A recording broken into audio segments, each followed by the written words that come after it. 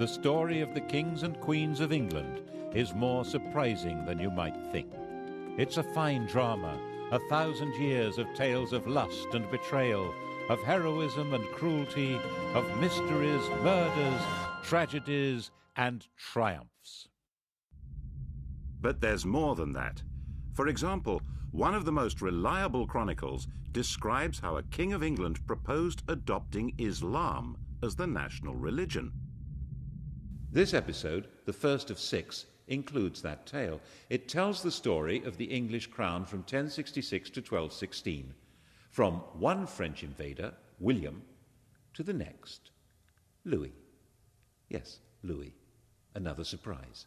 A king of England who's pretty much disappeared from history. It's easier to say where the history of the English monarchy ends than where it begins. It ended on the 14th of October 1066, here at what became Battle Abbey on Senlac Hill near Hastings.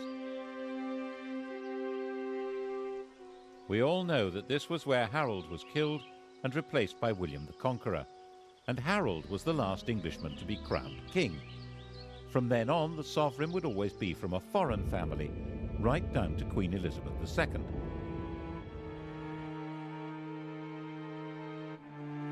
So a history of the kings and queens of England isn't like the history of kings and queens anywhere else in the world.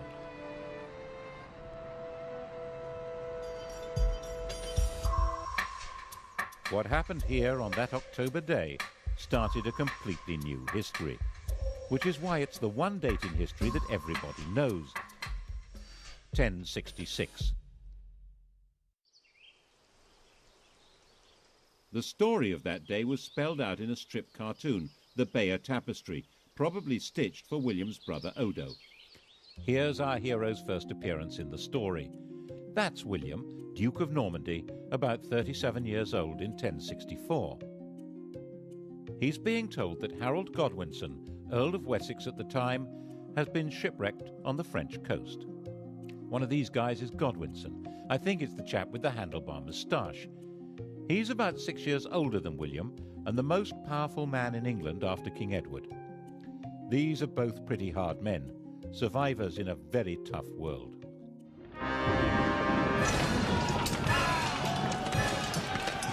William spent his whole life fighting for survival and was good at it. By the time he was 20, he'd established complete control over Normandy.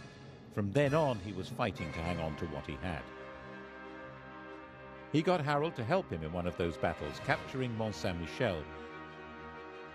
And then, apparently as the price of letting him go home, had Harold swear to support him in becoming the next King of England. Which, as the tapestry very clearly shows, is not what happened.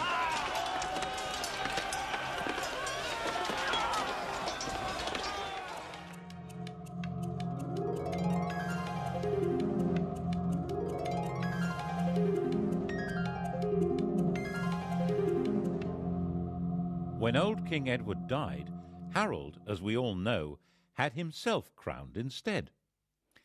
Actually, to be a bit more precise, he had himself elected king. The crown of England in those days was not inherited, but awarded.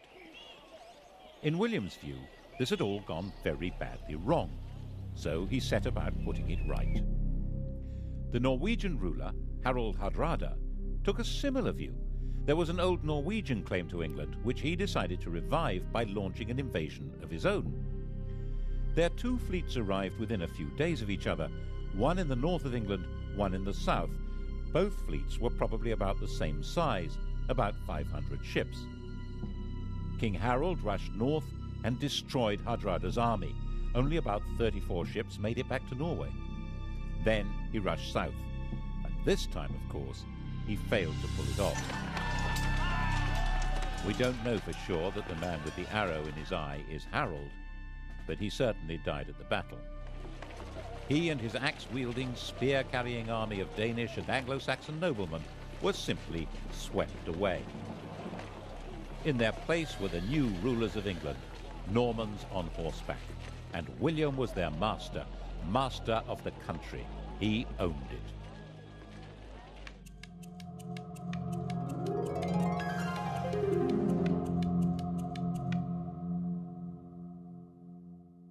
He was not an elected king. When he went to London to be crowned on Christmas Day, the population, thinking that was their duty now, tried to elect him. They acclaimed him with loud shouts. The Normans, not knowing what was going on, thought this was some kind of uprising. They rushed out of Westminster Abbey and burned London down. England had become a new kind of kingdom, one which was owned lock, stock and barrel by its king. The story we're telling through this series, the story of 1,000 years of English history, is the story of this alien conqueror and his successors to the throne. It's the story of how they changed England and changed with it, eventually turning into puppet rulers, symbols of power they cannot wield, and how in that transformation they survived through tides of revolution and republicanism, so that today, while they're not quite the only surviving royals in Europe, they alone still lay claim to majesty. Now, how did that happen?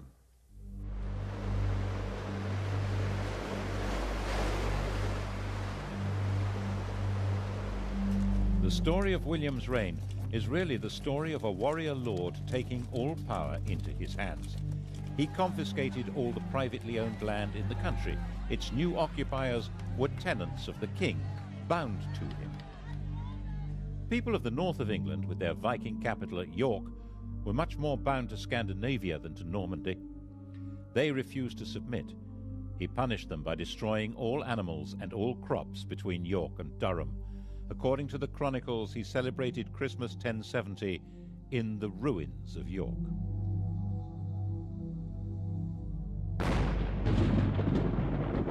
The inhabitants were reduced to starvation, even cannibalism. 16 years later, when all the land in England was accounted for and valued in his Doomsday Survey, there were places in Northumbria that were still utterly worthless. The church, too, was made Norman, and old Anglo-Saxon ways crushed. At Glastonbury, archers were stationed inside the abbey, and orders given that the old chants should be replaced by new ones from France. 21 monks were shot. And yet there were limits to his power. A few thousand Normans, most of them not even understanding the language of their new country, couldn't run the place. They needed the English to keep everything working, and William understood that perfectly well.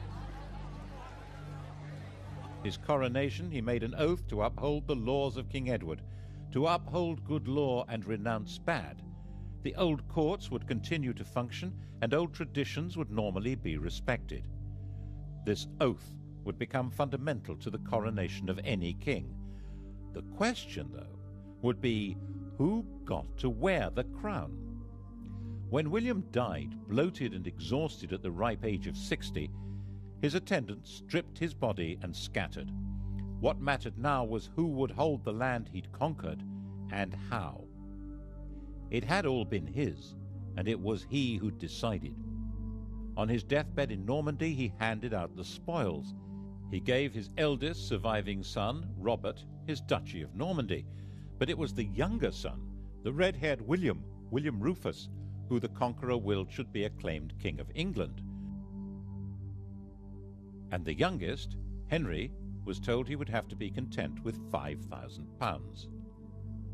But Henry was his father's son. Content with £5,000? Was that likely?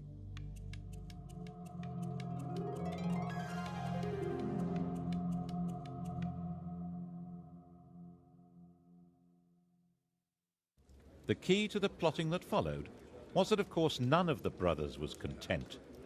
Henry stirred the brew of resentment that made Robert try to take the kingdom of England from William, and William try to take the Duchy of Normandy from Robert. And Henry was always changing sides, weakening them both. Eventually Robert, tiring of the whole struggle, decided it would be more satisfying to fight Saracens than his brothers, and went off on crusade. William was now secure and powerful, and Henry changed his policy. He was now William Rufus's very best friend. The Bishop of Lincoln later said that when Henry praised anyone, he was sure to be plotting that person's destruction. It does seem as though Henry concentrated on quietly stirring up discontent among churchmen and barons in England, which was not hard, as William Rufus needed their money and had little to offer in return, except to give to some what he'd taken from others. And besides, William Rufus wasn't their kind of chap.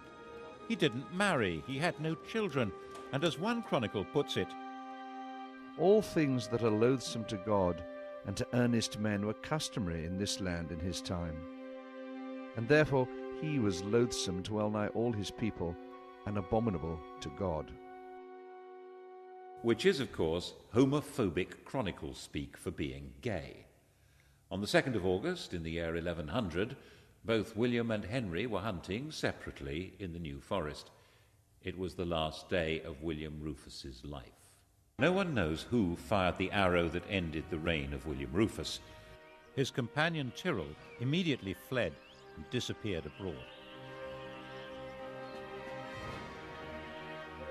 William's body was abandoned where it lay, at a spot still marked by this stone. The next day, local peasants took it in a cart to Winchester. Henry had arrived before them. Winchester was where the royal treasure was kept. He demanded the treasury keys from the guards. They refused to hand them over, saying that Robert, his elder brother, was the rightful heir. Henry drew his sword and declared that no one should stand between him and his father's sceptre. Resistance collapsed, and when the peasants arrived with their cart, the lords of England were busy electing Henry as their king, the first elected ruler of England since Harold Godwinson.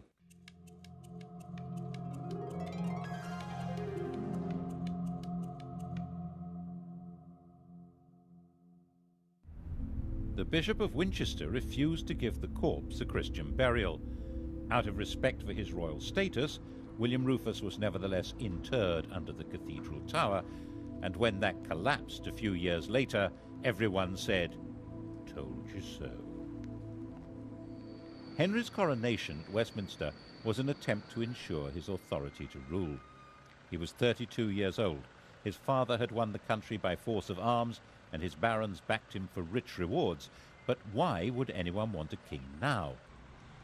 Alongside his sanctification by the church, he issued a charter promising that he would not overtax the church or his tenants-in-chief, and that they must treat their tenants as he treated them. He claimed that the crown changed his nature. He was no longer an ordinary human being. As the anointed king, he held special, divinely granted powers.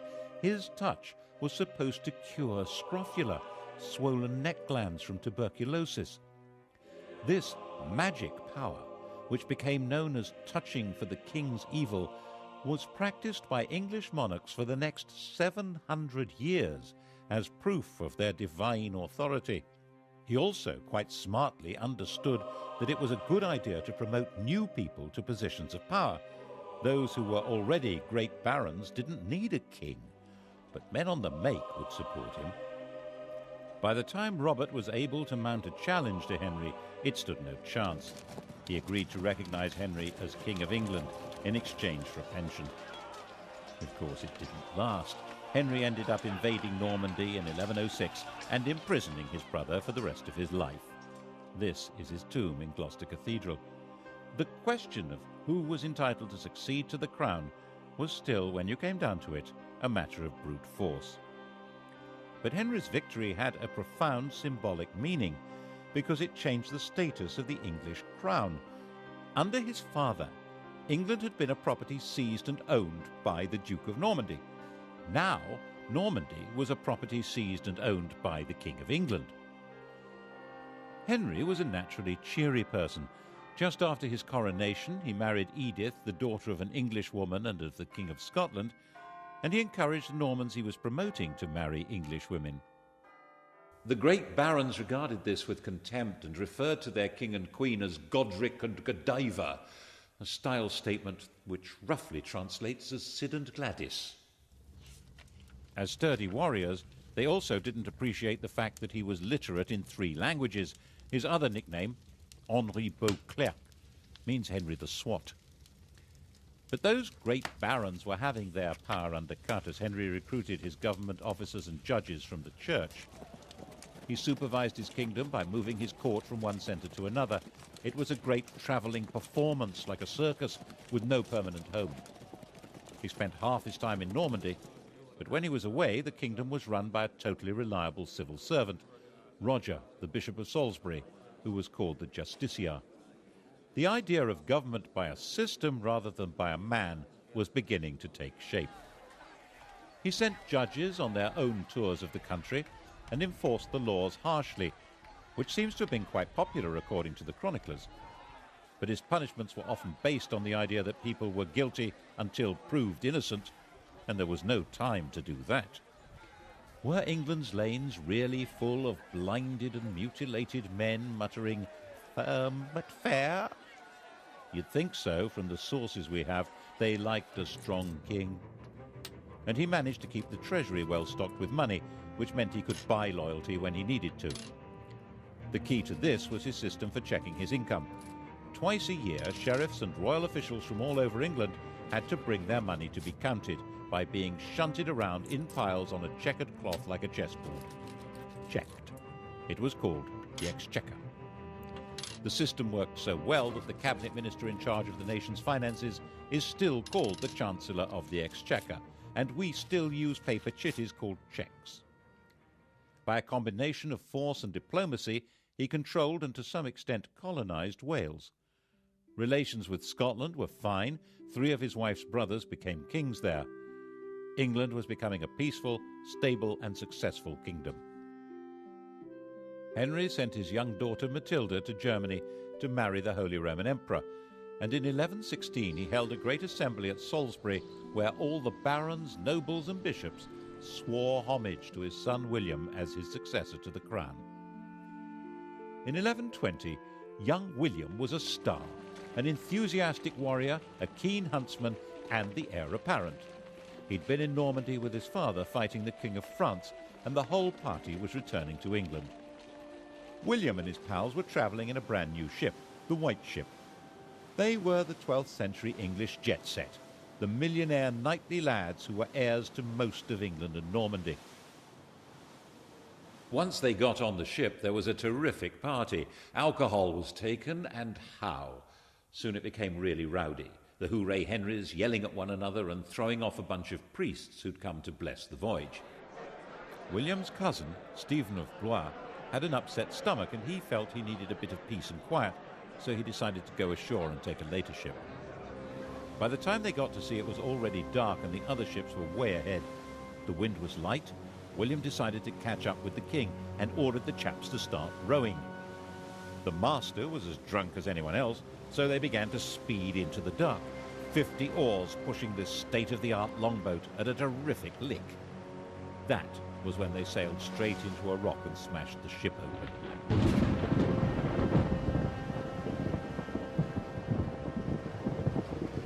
The rock off Barfleur was a well-known hazard to navigation.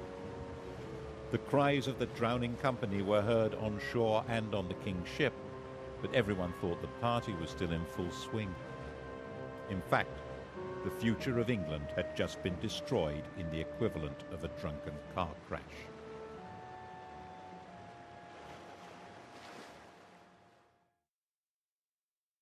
It's said that Henry never smiled again. You can see why. 6 years after the fatal crash, not knowing what else to do, Henry obliged the barons, nobles and bishops of England to swear fealty to his daughter Matilda as his successor, just as he'd had them swear to his son. But there was, of course, a huge difference. No woman had ever ruled in her own right in either England or Normandy. Her husband, the Emperor, was dead, but for strategic reasons he had Matilda marry the son of the Count of Anjou. This was not a family with a power base in England. Henry's sleep was filled with nightmares of peasants and barons complaining that he'd failed them all. And then Henry went and died of a surfeit of lampreys. How does that happen? A lamprey is a parasitic fish that looks as if it belongs in a bush tucker trial. Henry loved them. His doctor had put him on a diet that involved not eating lampreys, and he got a fever and died after ignoring the advice. And the doctor said, as doctors do, "I warned him." By the time Henry died in 1135, it was all falling apart. He was 67 years old, and he'd gone a long way towards defining the job of a King of England. But the fundamental problem, who was entitled to that job, had still not been solved.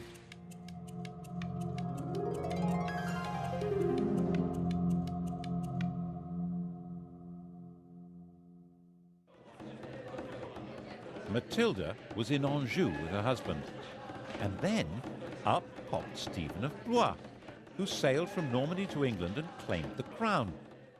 Stephen, who had been saved from drowning on the White Ship by an urgent need for a lavatory. He was the son of Henry's sister, a legitimate grandson of William the Conqueror. He'd also been the leading baron to swear fealty to Matilda as the heir apparent, but that was then, and this was now. He was 38 years old, backed by his very tough mother, and one of his brothers was the Bishop of Winchester with the keys to the royal treasury. The wife of the Count of Anjou was not a popular choice with the barons. Stephen was a Norman. Besides, he seemed a malleable sort of chap, brave enough and high-spirited. He was also generous, courteous and affable, and would probably do as he was told, which was, of course, a recipe for disaster. Stephen was crowned by the Archbishop of Canterbury at Westminster on Christmas Day 1135. He issued what was now the traditional coronation oath, promising to respect the old laws and be nice to everyone. According to the Anglo-Saxon Chronicle, when they saw that the king was a good-natured and kindly man who inflicted no punishment, they committed all kinds of terrible crimes. All had done homage and sworn oaths of fealty, but none were kept. Meanwhile, Matilda was enraged and, of course, had her own supporters. England was moving rapidly to civil war. Stephen was insecure. He surrounded himself with people from near Blois, Flemings, which didn't go down well with the barons. He bought loyalty until he'd emptied the treasury, and then began confiscating property so that he could pay his supporters. By the time Matilda landed to claim her throne in 1141, Stephen was trying to put down rebellion after rebellion. He was a brave, even ferocious fighter, but his support melted away, and he was captured in a battle at Lincoln. Stephen was Matilda's prisoner. A church council declared that he was deposed by the manifest judgment of God and recognized Matilda as queen. Matilda proceeded to Westminster and was all set to be crowned. And then something went peculiarly wrong. Something that carries an extraordinarily clear message about the job of being the monarch of England. All Matilda's understanding of monarchy had been learned in Germany, where she'd been empress since she was 12 years old. She had been popular and successful there. After the emperor's death, when Henry I had brought her back to England, some German princes of the empire followed her to demand her back as their sovereign. But the sovereignty she had learned was absolute power. The emperor's will was law. The only possible higher law was the church. That was not how it worked in England. Even the conqueror had promised at his coronation to respect the laws of England. But Matilda flatly refused. She didn't need a coronation to be queen. In her view, she already was. She behaved imperiously, which might mean magnificently in German, but meant intolerably in English. And when the citizens of London petitioned her for a renewal of King Edward's laws, she not only refused to listen, but demanded a heavy tax from them. So they threw her out. Stephen was released from prison and resumed his battered kingship. In fact, he had a second coronation. Matilda roamed around the Midlands and the West Country fighting for a throne that she was entitled to, but could never have. In 1143, just before Christmas, Stephen finally had her trapped and starving in Oxford Castle. But unbelievably, Matilda and 3 knights got away.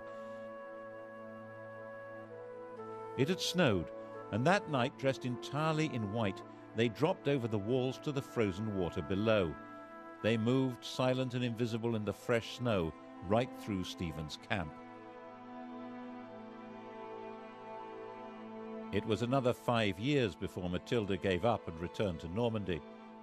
But she simply handed the torch to her son Henry, who came to England when he was 16 to carry on the struggle. And so the fighting went on, year after year, and the country was in effect without law and without government. As the Anglo-Saxon Chronicle said, castles were filled with devils and evil men. Christ and all his saints were asleep. Stephen naturally intended his own son Eustace to succeed him, but in 1153 both Eustace and Stephen's wife fell ill and died. Stephen had had enough. At the end of the year, Stephen and Henry rode together into London. There the king proclaimed a new foundation for the kingdom. Henry was now his own adopted son and would be his successor as King of England. Although Stephen would remain king for life, Henry would take over the government immediately.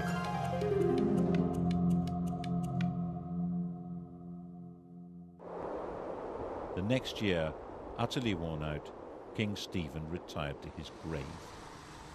On the 19th of December 1154, there was a double coronation in Westminster Abbey. The 21-year-old Henry II was crowned king, and his 33-year-old wife, Eleanor, was crowned queen consort. Eleanor, Duchess of Aquitaine, knew all about being a queen. When she was 15, orphaned and the richest damsel in France, she was married to the heir to the French throne, and a few days later the pair became King and Queen of France. The King of France was a saintly figure with perhaps a rather low sex drive. Eleanor came from a family of lordly troubadours, whose court was dedicated to interesting love affairs. She later said that she thought she'd married a man, but had married a monk. She had a series of affairs, including one with Matilda's husband, Geoffrey of Anjou. He, rather dashingly, wore a sprig of broom, Plantagenista, in his hat, so people called him Plantagenet. Eventually, all the Angevins, the whole family line, wore it on their crest. She then had an affair with Geoffrey's son, the attractive young Henry, a bright, well-educated athlete with vitality, intelligence, freckles, and money. According to a contemporary chronicler, Henry's father had warned his son off her, saying that she'd been his lover, and she was the wife of Henry's overlord. Henry was Duke of Normandy. But Geoffrey died in 1151, and in 1152, Henry got Eleanor pregnant. Louis, who probably didn't know that detail, had their marriage annulled, and she married her toy boy. Of course, she did all she could to encourage his efforts to become King of England and make her a queen again. The coronation of 1154 must have been most satisfying for her. He didn't make his mother's mistake of claiming to be above the law. Instead, maintaining proper form, he issued a charter confirming all the liberties that were in force under his grandfather, Henry I. The combination of his lands and Eleanor's meant that this King of England ruled more than half of France, though as the vassal of the French king. It would have been too much for almost anyone. But Henry was a man of extraordinary restless energy, who travelled vigorously round his realms and would order his court to hit the road with no notice whatever.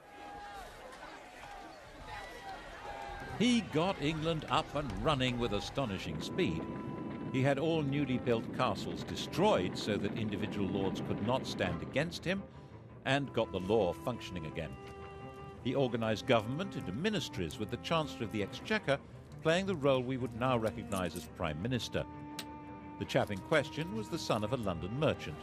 He was Henry's closest friend and colleague. They joked and drank together, and he lived as the greatest lord in the country, Thomas Becket.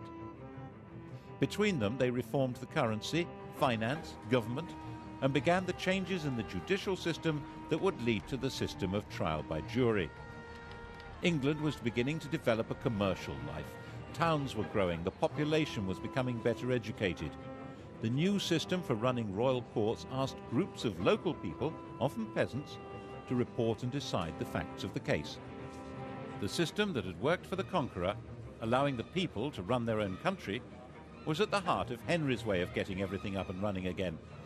Perhaps that was why he needed a Londoner at the heart of his government. The next stage in his reforms was to reduce the power of the church, which had become the only functioning judicial institution during the chaos of Stephen's wars. Anyone accused of a crime who could read a line of Latin was deemed to be a churchman. That made them immune from the royal court. They could only be judged and punished by the church. Of course, the church wouldn't agree to give up its privileges, so when the Archbishop of Canterbury died in 1162, it seemed a smart idea to install Thomas as the new archbishop. Then he would deliver the church to Henry. Actually, it seemed a pretty terrible idea to Matilda, who warned Henry not to do it. What did his mother know? Look what a mess she'd made of things. Eleanor was also against it, and she hadn't made a mess of anything. She'd been a very competent regent when Henry had been abroad, and must have seen what Henry had not seen, that Thomas Becket's driving force was not loyalty to Henry. Oh, surely not. She was just jealous that Henry spent more time with Thomas than with her. Henry was sure it was a really good idea. Of course, it was a really bad idea. Why did Becket become fanatically committed to the church as soon as he got the job? Why did he wear Hessian underwear with lice and lash his body? Why did he oppose the king's plans more fiercely than any other bishop? He ended up excommunicating the bishops of London and Salisbury and sacking the Archbishop of York for not opposing the king. He'd already acquired all the earthly power and wealth possible. Now he had a bigger ambition. He was arguing that the church must rule everyone, including the king. This was especially dangerous as Becket was hugely popular. Henry was given to rages, and the situation was bound to enrage him. Who will rid me of this turbulent priest? On the 29th of December 1170, 4 of Henry's loyal knights did just that. Slicing off the top of his head at the altar of his cathedral, in the words of an eyewitness, the red of the blood mixed with the white of the brains, like white of the lily and the red of the rose. This was shocking. Henry had to distance himself from Becket's murder and win the hearts and minds of his subjects.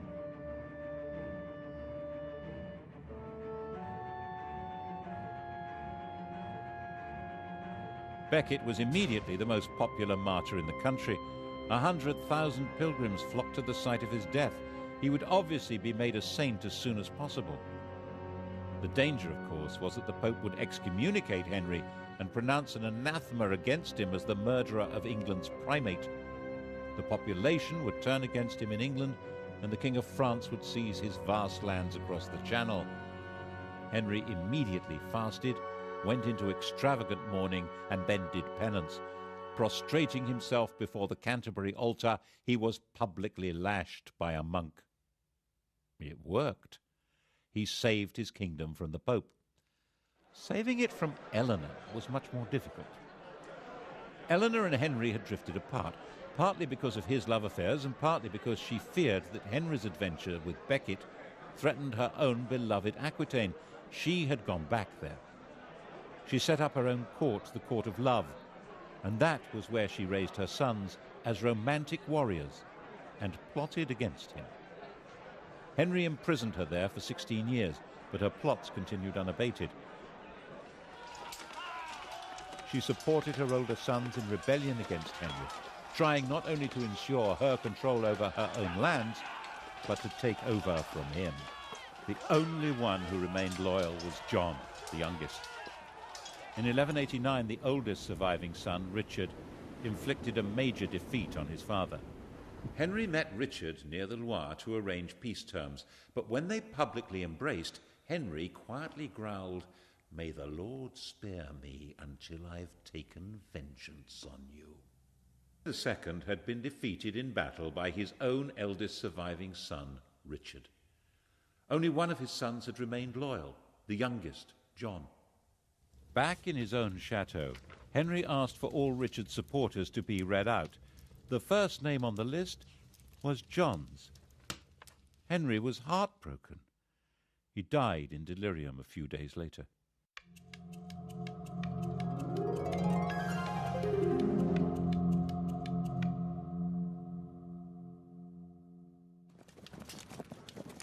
Eleanor's imprisonment was over. Henry had recognized Richard as his heir, and Richard intended Eleanor to rule England. He had more important things to do. Crusade.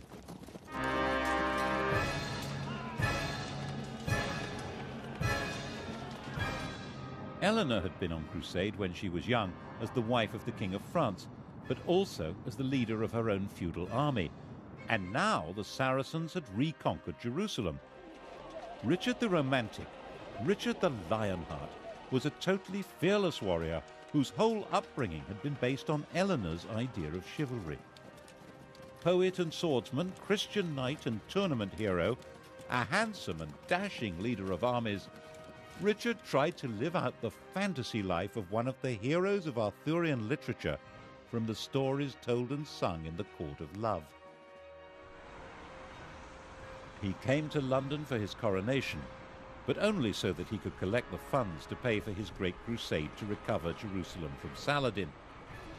He went off on his crusade, declaring that he would sell London if he could find a buyer. The crusade itself, the Third Crusade, was a sequence of great heroic and daring actions that completely failed to conquer Jerusalem, associated with bursts of extreme brutality. Saladin quite rightly pointed out that while Richard might be able to get an army into the city, if he wanted to hold on to it, he would have to spend the rest of his life there. The two men never met, but they fascinated and respected each other. When Richard was ill, Saladin sent his doctor. The final truce ensured that Christian pilgrims would be free to visit the Holy City. But that had actually been Saladin's policy before the crusade even began. Richard typically decided to make the journey home in 1192 into an adventure, travelling alone and in disguise. That was how he got captured and ended up imprisoned by Duke Leopold of Austria, a man he'd repeatedly insulted during the crusade. The King of England had been found in an inn in Vienna, unconvincingly disguised as a kitchen knave. The ransom Leopold demanded was £100,000, about 8 years' income to the exchequer. Richard's recklessness was crippling for the kingdom and eventually fatal for him. As a storybook hero, he always seems to have expected a happy ending and would sometimes even forget to put on armour. That was how he got killed in the end, taking a stupid chance at an unimportant siege in 1199. A crossbow bolt wound became infected. While he was dying, the man who'd loosed the shot was captured and delivered to him, and Richard carried on behaving as though he was in a storybook, making a great gesture of releasing the man and giving him money. Richard had no heir. He named his brother, the 32-year-old John, as his successor. Richard, aged 41, died in his mother's arms, England's hero king, who detested the country and had spent 6 months of his reign there. And the man who'd killed him was rearrested and flayed alive.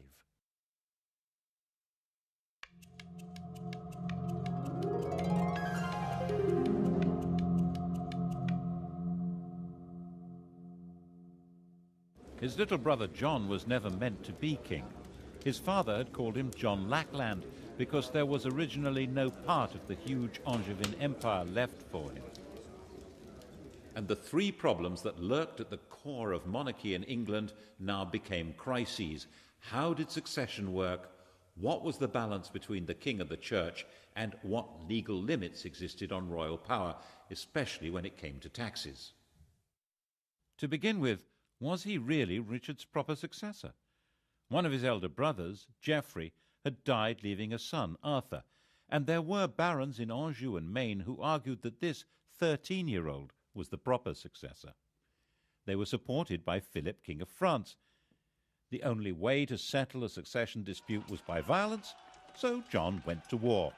His men captured the boy, and he was never seen again. It was generally believed that John drowned him, which was the wrong way to solve the problem. It guaranteed that Arthur would not be king, but it left a very nasty smell. It didn't stop the King of France from keeping the war going, and by 1205 John was driven out of most of France, including Aquitaine and even Normandy. The issue of church power also came up again, It was John's bad luck to be confronted by an exceptionally militant and aggressive Pope, Innocent III. Innocent maintained that kings had to submit to popes. When the Archbishop of Canterbury died, Innocent announced that Stephen Langton, who happened to be English, was the new archbishop. John refused to accept the Pope's man. Rome wouldn't give ground, and neither would John. In 1209, the Vatican excommunicated the King of England and his whole kingdom. Back in England, John attempted to carry on regardless. The Pope declared John deposed, and that anyone who even spoke to him was excommunicated. According to one chronicler, John decided at this point to join the enemy.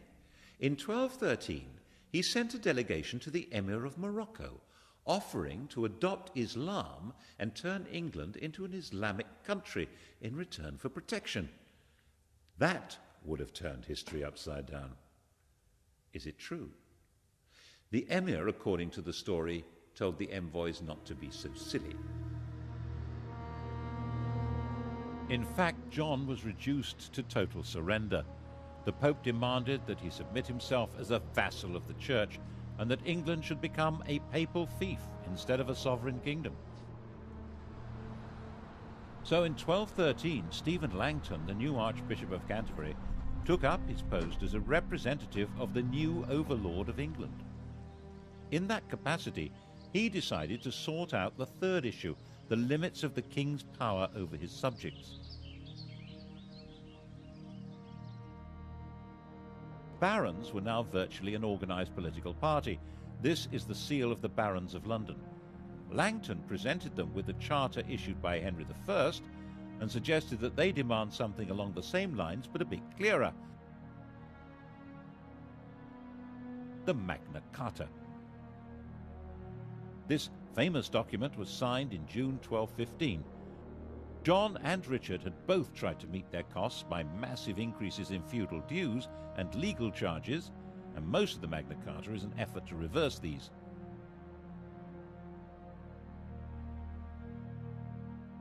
But there are also other clauses that show that Langton and the barons thought that laws must bind the king himself as well as everyone else. There was a notion of proper kingship in England, and the Magna Carta tried to spell out what that meant. If Langton had not been an Englishman, the Magna Carta would probably have looked very different. And it was certainly incomprehensible to Pope Innocent, who saw it as a baffling and immoral limitation on the absolute power of the feudal Lord of England, who was, of course, himself. So Innocent issued a papal bull excommunicating anyone who stood by or tried to carry out Magna Carta, and Stephen Langton found himself suspended from his job and recalled to Rome. And John marched through England at the head of an army composed largely of foreign troops, crushing the barons and destroying their property. And that's why the barons went to France and got a new king of their own, Louis, the son of the King of France.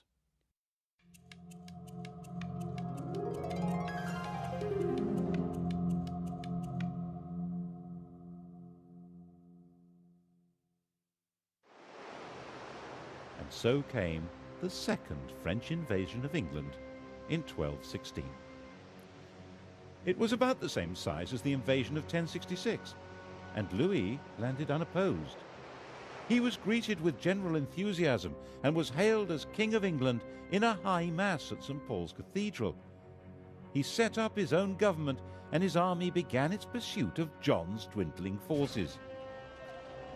John was assembling an army to stage the great final battle, and was travelling along the seashore from Lynn to Lincolnshire. A miscalculation of the tide was all he needed. His whole baggage train was washed away, including his treasure and the crown jewels. Distraught, broken, he made his way to an abbey at Swineshead, where he was comforted with the monk's latest experiment in beer making, which seems to have brought on dysentery, fever, and death.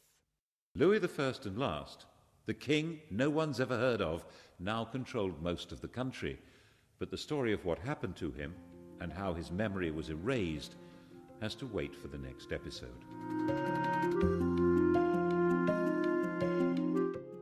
The story continues with the medieval kings and queens of England tonight at 10.